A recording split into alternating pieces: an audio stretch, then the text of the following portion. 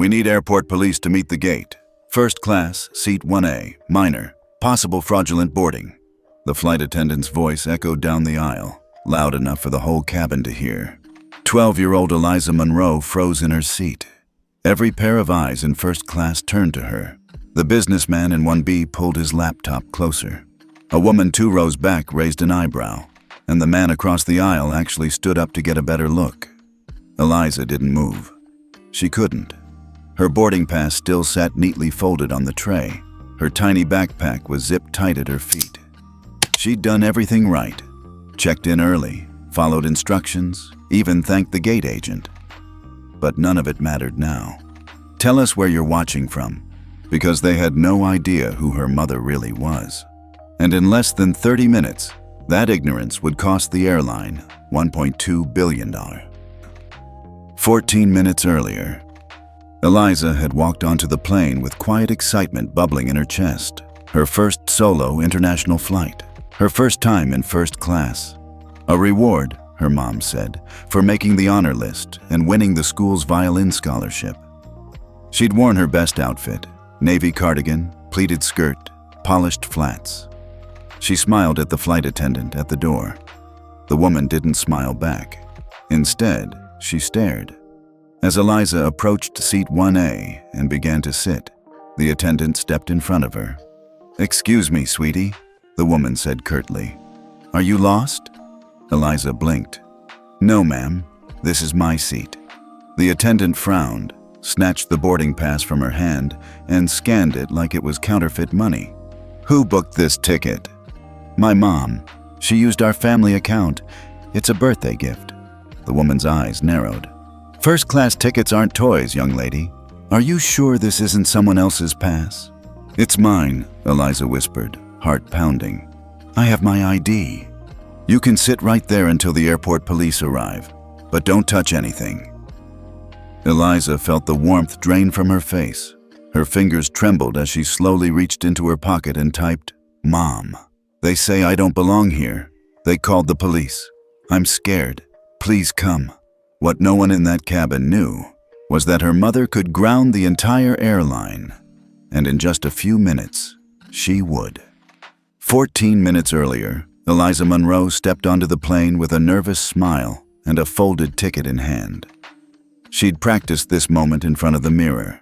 Smile, make eye contact, speak clearly. It was her first time flying alone, and she wanted to do everything right. Her mother had called it a trust flight, a small test of independence before she started high school next fall. First class had always seemed like a dream. The seats looked like movie sets. The carpet was thicker. Even the air smelled cleaner. Her fingers clutched her little leather backpack, the one her mom gave her after she got into the international violin program. That same backpack held her passport, student ID, travel letter, and the boarding pass her mom booked through their family's priority access account. Everything was in order. Eliza walked down the jet bridge with the kind of quiet confidence only a kid raised right can carry. Her mom had reminded her, "Be polite, be calm, and if anyone gives you a hard time, let the truth speak for itself." She had no idea that within 15 minutes, the truth wouldn't matter. As she reached seat 1A, she paused for a moment, took it all in. Soft leather, fold-out screen. Her own little world. This wasn't just a trip, it was a moment, a rite of passage. She placed her backpack at her feet, sat down gently, and clicked her seatbelt. That's when the flight attendant appeared. The woman didn't say hello, didn't ask if she needed help, just a cold glance, a raised eyebrow, and then came the question, "Are you sure this is your seat?" Eliza's breath caught. Just like that, the moment faded. She didn't know yet, but she was about to learn one of the hardest lessons of growing up. Some people don't need a reason to question you, just a face they don't expect to see where you are. And once that doubt starts, it spreads like wildfire. The woman's voice was sweet, but her tone was anything but. "Are you lost, sweetheart?" Eliza looked up. The flight attendant, tall, stiff, perfectly put together, was staring at her like she'd wandered in from the wrong side of the airport. "No, ma'am. I'm in 1A. The woman didn't smile. She reached down, snatched the boarding pass from Eliza's tray table, and held it up to the light like she was checking for a forgery. "This is first class," she said flatly. "I know," Eliza replied, trying to sound confident. "My mom booked it. She used our priority access code." The attendant's brow lifted. "And she just sent you up here all by yourself?" "Yes, ma'am." "Well," the woman said, folding the pass in half, "I've been working first class for 19 years, and I've never had a child board without an escort or documentation." "I have documentation," Eliza said quickly, reaching for her bag. "It's all here." But the attendant stepped back, hand up like Eliza was reaching for something dangerous. "We'll let security sort this out." Passengers nearby started whispering. A man across the aisle shifted in his seat. Another woman in 1C stared, her lips pressed into a disapproving line. Eliza felt her throat close. She hadn't raised her voice. She hadn't done anything wrong. But suddenly she didn't look like a passenger. She looked like a problem.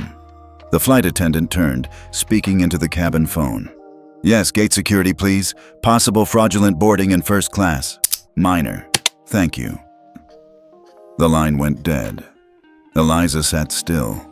Everything around her, the soft leather seat, the folded blanket, the sparkling water on the tray, felt suddenly foreign, like they didn't belong to her. Or worse, like she didn't belong to them. What she didn't know was that 400 miles away, her mother's phone had just lit up, and someone was about to find out exactly who they just humiliated. 400 miles away, in a conference room lined with glass and steel, Dr. Evelyn Monroe didn't hear the ding. She felt it. Her phone had been on silent, face down on the table. But when it lit up, something in her shifted. She was in the middle of a high-level meeting with the FAA and European regulators, reviewing flight safety compliance metrics for summer operations. Nothing unusual, until she flipped the phone. One new message: Eliza. She tapped it open. "Mom, they say I don't belong here. They called the police. I'm scared. Please come." Her breath caught. Not a sound in the room changed, but the temperature around her seemed to drop 10 degrees. Evelyn Monroe had spent her entire life in aviation. She knew how fast things could spiral and how quietly power worked when used correctly. She stood. "Gentlemen," she said calmly, folding her tablet and tucking the phone into her blazer, "you'll have to excuse me." "Is something wrong, Dr. Monroe?" one of the FAA leads asked. "Something very wrong," she replied, her voice like glass. "And someone just made a $1.2 billion mistake." The room froze. She didn't explain. She didn't need to. With one hand, she tapped a secure app and logged into the GASB compliance console. She scanned the current flight registry, found the code for SkyNova Flight 349, and flagged it. Status changed. Under emergency review. In less than 3 minutes, every connected system across 27 international airports was pinged. Flight 349, first-class ethics violation reported. Investigative hold issued. Stand by. Outside, her driver was already pulling up the car. Back inside the plane, Eliza sat with her hands folded in her lap, holding back tears, unaware that her mother's quiet fingers had just put an entire airline on pause. She wasn't alone anymore, and someone, several someones, were about to find out what real turbulence felt like. When Dr. Evelyn Monroe stepped into the Geneva airport terminal, no one recognized her at first. She wasn't in uniform. No badge, no entourage. Just a woman in a tailored navy suit, heels clicking softly across the polished floor, eyes sharp as glass. But if you worked in aviation long enough, especially in regulation, you'd know the face. And, more importantly, the silence that came with it. Her security clearance got her through the restricted doors without delay. One scan of her ID and the staff at Gate C3 turned pale. A few even stood up. "I need access to SkyNova Flight 349, first class section," she said, showing her ID. The agent stammered. That flight is already preparing for pushback, ma'am. It's not going anywhere, she replied calmly. You've just received a compliance hold from GASB. Confirm it. The man looked at his monitor, froze, swallowed. Yes, ma'am, hold just came through live. She nodded once. Good. Let them know I'm coming on board. Inside the aircraft, Eliza sat still, hands clasped tightly, trying not to cry. The officer beside her had already arrived, waiting for boarding to complete before questioning the minor. Passengers kept sneaking glances. The flight attendant, Linda, stood off to the side, arms folded, clearly expecting praise for handling the situation. Instead, the main door reopened, and Evelyn walked in. There was no announcement, no introduction, just one woman, tall, composed, lethal in silence. The moment Linda saw her, her confident smirk faltered. Evelyn didn't look at her. She looked straight at her daughter. Eliza, she said softly, come here. The officer stepped forward. Ma'am, I'm sorry, but this passenger is under... Evelyn pulled out her ID. I'm not here as a mother. I'm here as the chair of the Global Aviation Safety Board. Then she turned toward Linda for the first time and said, You detained the wrong child. And the entire plane went still.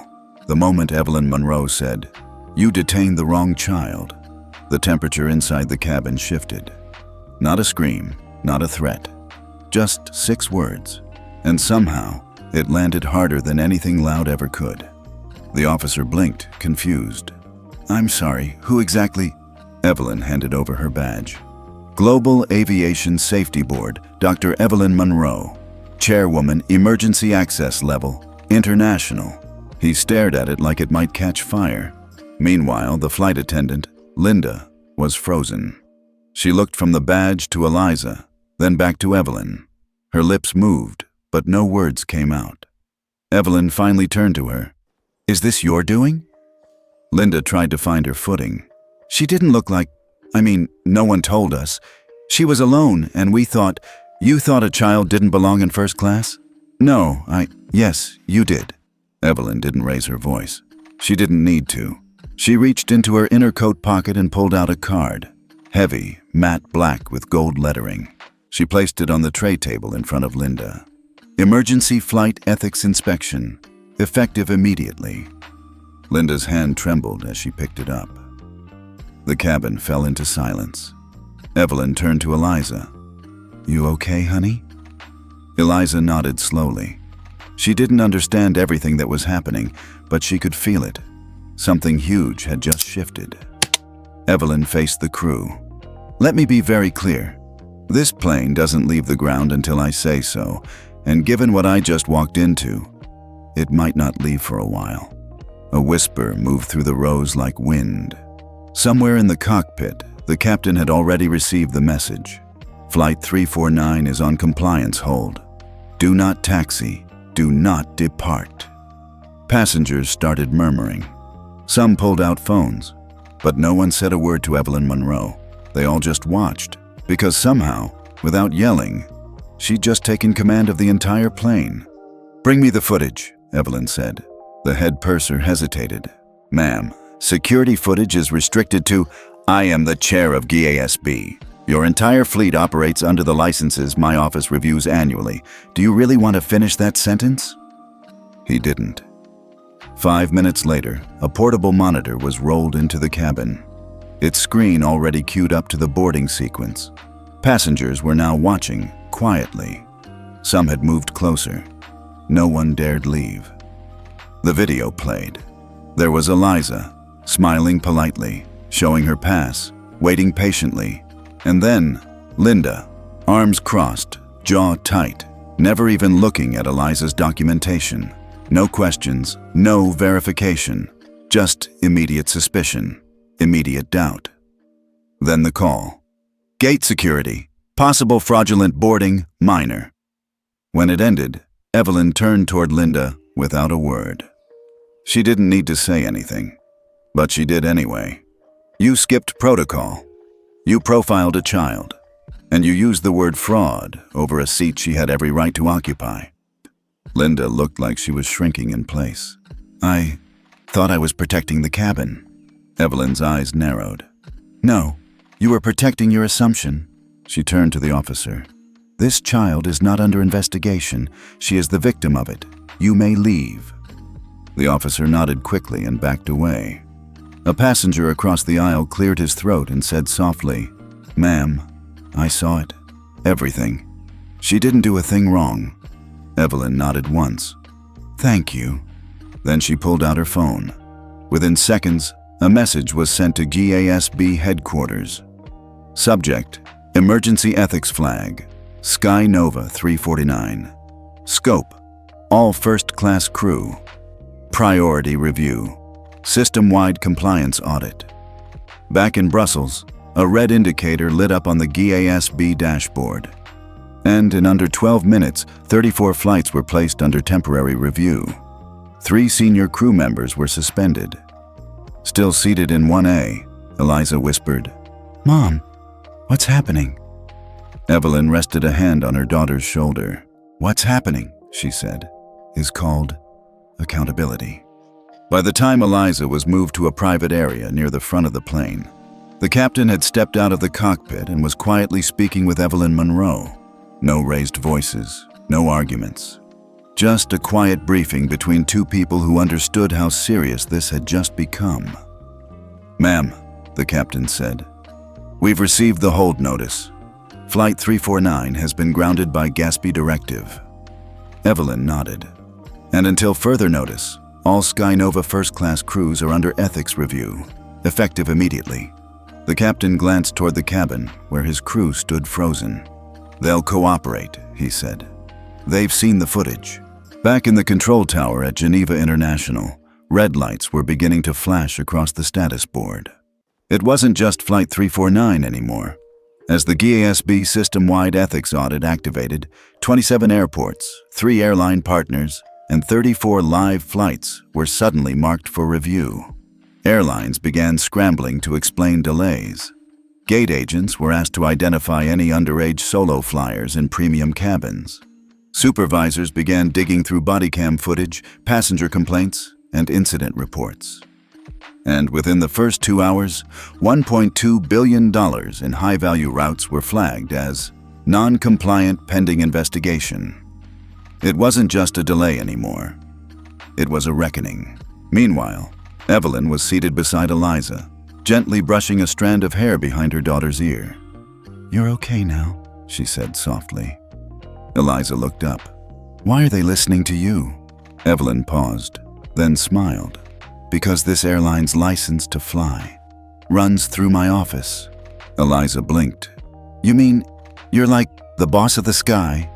A soft laugh escaped Evelyn's lips. "Not quite, but close enough when someone messes with my daughter." Eliza sat back, trying to process what was happening. She had gone from being told she didn't belong to watching the woman who raised her freeze the takeoff of an entire airline. It felt surreal, but it also felt right.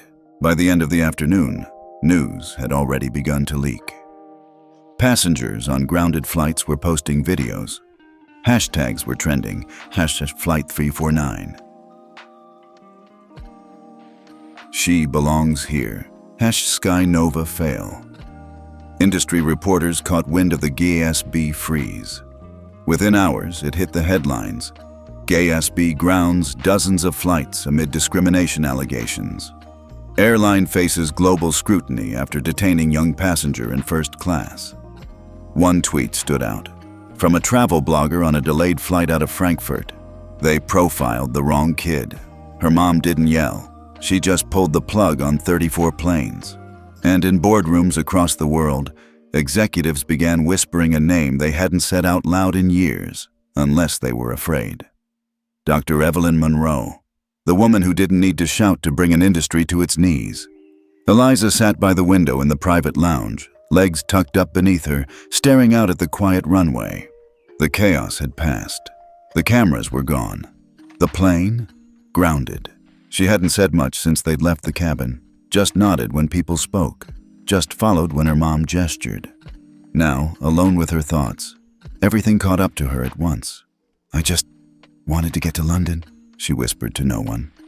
"That's all. Behind her, Evelyn entered with 2 cups of tea. She handed one to Eliza and sat beside her, silent for a moment. "I'm sorry," Eliza finally said. "I didn't mean to cause so much trouble." Evelyn looked over, brows softening. "Sweetheart, you didn't cause trouble. You revealed it. But I could have just moved or explained better. Maybe if I smiled more." "No." The answer was firm, unshakable. "You were polite. You followed the rules. And still, you were treated like a threat. That's not on you." Eliza stared down at her tea. "People looked at me like I didn't belong." Evelyn gently touched her hand. "I built entire safety systems to make sure everyone does belong. But even the best systems fail if people choose to look away." For a long beat, the only sound was the distant hum of planes they weren't on. Then Eliza looked up. "What happens now?" Evelyn smiled. Tired, but proud. "Now, we finish the report. We hold the airline accountable, and maybe we change the way first class sees the next kid walking in alone." Eliza nodded slowly, and for the first time since she boarded that plane, she didn't feel small. She felt seen. By 10:43 the next morning, it was no longer just about Flight 349. It was about the system. At a press conference in Brussels, representatives from GASB, the FAA, and the European Aviation Safety Agency stood side by side in front of a wall of flags. Dr. Evelyn Monroe didn't speak. She didn't need to. Her presence at the center podium said enough. The statement was read by an FAA official. "As of this morning, Skynova Airlines is under joint ethics investigation by GASB and partner regulators in 7 jurisdictions. Flight 349 is the initiating incident. However, further reports suggest systemic patterns involving bias against unaccompanied minors, passengers of color, and individuals perceived to be out of place in premium cabins. Effective immediately, 43 first-class crew members are suspended pending review. 11 routes across Europe, Asia, and North America are frozen due to non-compliance. Estimated financial impact exceeds $1.4 billion in the next 48 hours. Across news networks, headlines flashed. Skynova under global fire. 1.4B freeze after first-class profiling of young passenger. Who is Evelyn Monroe? And why does the airline industry fear her?" Meanwhile, at Skynova's corporate office, panic had fully taken root. The boardroom was silent as the CEO stared at the GASB alert on screen. The words, "ethics violation, system-wide probation," glowed in red. "What does this mean?" a VP asked, voice cracking. "It means," the CEO muttered, "we might lose our ability to operate out of any federal airport in the US or EU if we don't comply." And the footage? It's already public. Back at the Geneva lounge, Evelyn sat beside Eliza, watching the live stream with the volume low. The reporter was speaking calmly. "Dr. Monroe has declined interviews. However, her office released a statement confirming the creation of a new oversight protocol for airline ethics compliance, including the introduction of mandatory body cam review for first-class crew and AI-assisted passenger interaction monitoring." Eliza blinked. "You made them do all that?" Evelyn turned to her, her voice quiet. "No, sweetie, you did." Eliza shook her head.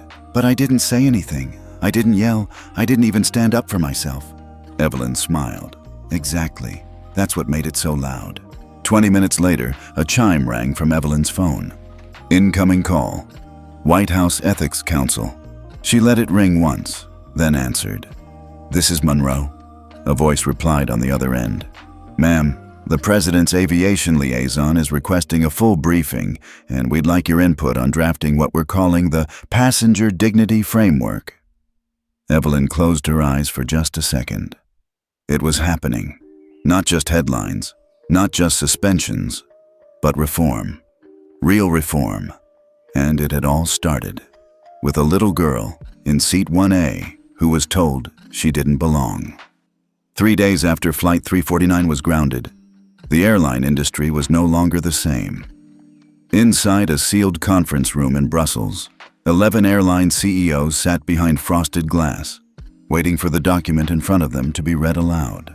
The words at the top of the page were simple but heavy. The Passenger Dignity Framework. Below it, a subtitle: Standardizing Respect, Ethics, and Transparency in Premium Flight Service Worldwide. Every executive in that room knew what it meant. If they wanted to keep their flight rights over EU and US skies, they had to sign. At the center of the room sat a single chair, empty, until Dr. Evelyn Monroe entered. She didn't speak until the last page was signed. Then, calmly, she said, "This isn't about one child. It's about thousands who boarded with hope and were met with doubt." No one argued. Back in Geneva, Eliza was sitting in a quiet park just off the terminal. No cameras, no microphones, just her and the wind. She wasn't thinking about news headlines or policy shifts. She was thinking about what it meant to belong, what it meant to walk into a room and not have to prove you should be there. When Evelyn approached, Eliza looked up and asked, "Did they sign it?" Her mother nodded. "Every last one of them." Eliza smiled, then looked away again. "So, I'm just the girl who started it all?" Evelyn knelt beside her. "You didn't start anything, Eliza. You just sat still, while the world finally noticed what still needs to change." She pulled something from her coat pocket and handed it over, a small, laminated copy of the final framework's preamble. Eliza read the first line aloud. "Every passenger has the right to dignity, regardless of age, appearance, or assumptions." She blinked. "Did you write this?" Evelyn shook her head. "You did." Meanwhile, on a screen in Sky Nova headquarters, stock tickers scrolled downward. The CEO stood facing a board of shareholders asking hard questions. In bold red letters, the new compliance requirement was printed on the wall. "Failure to adopt passenger dignity framework will result in license suspension effective immediately." It wasn't just policy. It was law now. Later that evening, a quiet image surfaced on social media. Eliza, no makeup, no press team, just a kid, was sitting in 1A again. Not on a flight, not in protest, just sitting. A caption underneath, written by an anonymous crew member, read, "She never said a word, but she changed everything." 3 weeks after the flight, Eliza returned to London. No flashing lights, no press. Just her and Evelyn walking through the airport, hand in hand. This time, no one stopped her. No one questioned her. No one called for security. She boarded, sat down in 1A, buckled in, and waited. A flight attendant approached her row, nervous, clearly recognizing her. "Miss Monroe," she said gently, "can I offer you something before we take off?" Eliza smiled. "No, thank you. I'm good." The attendant paused. "Just wanted to say, we've had 3 weeks of new training. Because of you." Eliza didn't know what to say, so she just nodded. That was enough. As the plane lifted off the runway, Evelyn glanced over. Her daughter was gazing out the window, calm. The silence between them was warm this time. No tension, no fear, just peace. "Mom?" "Yes, sweetheart." "Do you think people really changed?" Evelyn thought for a second. "I think systems changed, and sometimes that's what forces people to catch up." Eliza nodded, satisfied with that. By the time the plane landed, news had broken that 19 other airlines had preemptively signed the Passenger Dignity Framework. A ripple effect had begun. Flight crew evaluations now included anonymous passenger feedback. First-class access protocols were rebuilt to prevent racial or class-based profiling. GASB's new AI tool, Horizon Review, flagged 230 past incidents in under 48 hours. But none of that was what Eliza remembered. What she remembered was one look. The look Linda gave her, sharp, dismissive, certain that Eliza didn't belong. That look had launched an entire reform. Weeks later, a photo of Eliza quietly attending a GASB youth roundtable went viral. She wasn't speaking, just listening. But the caption hit a nerve across social media. "Some kids make noise, others just sit still and move the world." Back in New York, Evelyn received a letter on formal letterhead. "Office of the President. Civil Ethics Commission. Inside, an invitation. Dr. Monroe, in light of recent events and your leadership in aviation reform, the White House requests your advisory input on the National Ethics Integration Initiative, expanding beyond aviation into public education, transportation, and finance. Evelyn read it once, then again, then folded it and handed it to Eliza. Want to come to D.C. with me? Eliza raised an eyebrow. Do they have tea? Evelyn laughed. I'll make sure they do. And that's how it ended. No viral rant, no revenge, no shouting match in an airplane aisle. Just a girl in seat 1A and a mother who knew the power of calm and consequence. What did you think about how Eliza changed an entire industry without raising her voice? Have you ever been judged unfairly just by the way you looked? Share your story in the comments below. We read every single one, and if you believe that silence can be powerful too, type "She belonged there" in the comments. Thanks for watching all the way through. Don't forget to follow Telltales for more powerful stories just like this one.